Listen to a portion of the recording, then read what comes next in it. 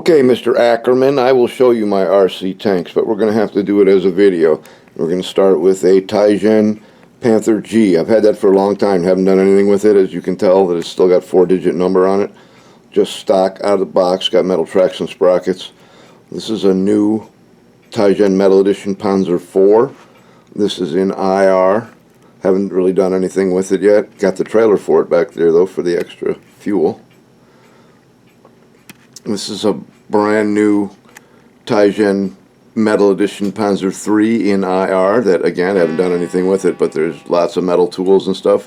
And these road wheels and all these tools and stuff here are for the Tausch Panzer, one of the first tanks that I ever got. And again, still haven't done anything about the 4-digit number on there.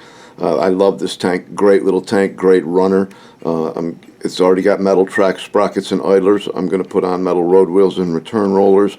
I've got the metal tool kit for it, spare metal track links, all that good stuff. This is fairly new. This is the Cheetah. This is one of my tanks that has the Hanglong 6.0 electronics. I got a pretty good deal on it too. I got it for $240 delivered. It's got metal, obviously metal everything that I haven't painted yet.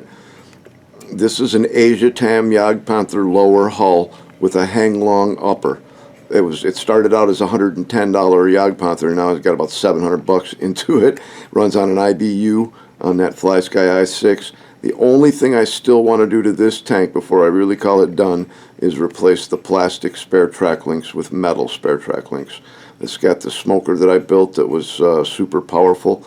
It's one of my oldest and favorite tanks. That is what I did before I got into RC tanks. This is a 1/24th scale Airfix. It's all hand airbrushed. I did hand stencils for the Green Heart and the Black 7 and all that.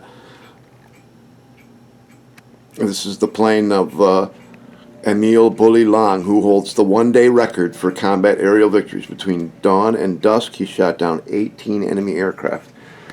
Okay, more tanks. Let's go over here. This is a Tigen Metal Edition Tiger 1 Mid Airsoft with barrel recoil. That's a 1/6 scale 250 half track. These are the used guys. You should see the new guys. It's still in the box. I got about 80 of them. There's an Asia Tam Opel Blitz that has been something of a disappointment, but I'll get it eventually.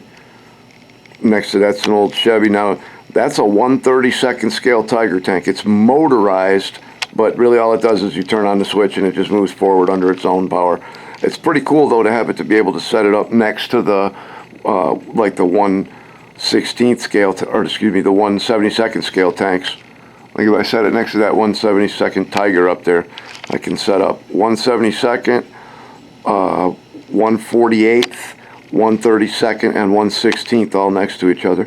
I got a bunch of these 1/18th scale store-bought airplanes too. There's the JS2. Got a couple of motorcycles. Wait, let's not miss the lower tier, eh? That's going to be my next tow truck project. A Kettenkrad. This is all 1/6 scale stuff. The Mercedes. That's a Schwimmwagen, but it's the cheap one. A couple of 1/16 scale trucks. Little Jeep. That's a Dragon Jeep kit in that box.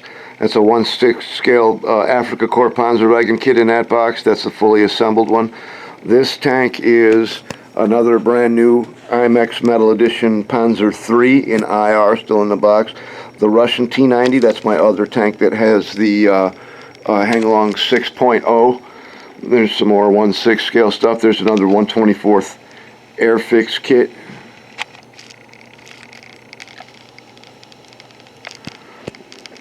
And then these two tanks both run on this Turnigy 9XR Pro. They both have the ASP board in them. This one is airsoft with barrel recoil. This one is IR, and it is Tamiya compatible, and I have an Impact Apple that sits up there. It's already got the Apple base under the commander's hatch. And like I said, it's on the ASP board, and these two are model matched. I can put these two out on the field with both of them running and switch back and forth from tank to tank, which I think is pretty cool.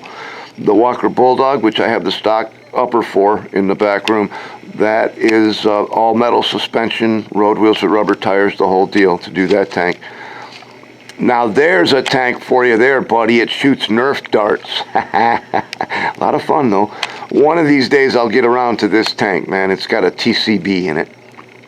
And then there's my faithful Pershing, and the bag in front of that is also all the metal suspension and road wheels with rubber tires and all that good stuff for the Pershing. A project waiting to happen. And then someday I'm going to make this into one of those camera trucks like they use in Africa to take pictures of cats. Like that one. That's my very favorite mammal in the whole world right there, in case anybody was interested. Now, if Eric was here, he'd go for this guy. But I like the cheetah better. So those are most of my tanks. There's a couple more floating around here somewhere. Let's see. There's a Jagdtiger right there. That was the first Jagdtiger to ship in North America from IMEX. They did that for me special because I'm kind of a good customer. The CCKW.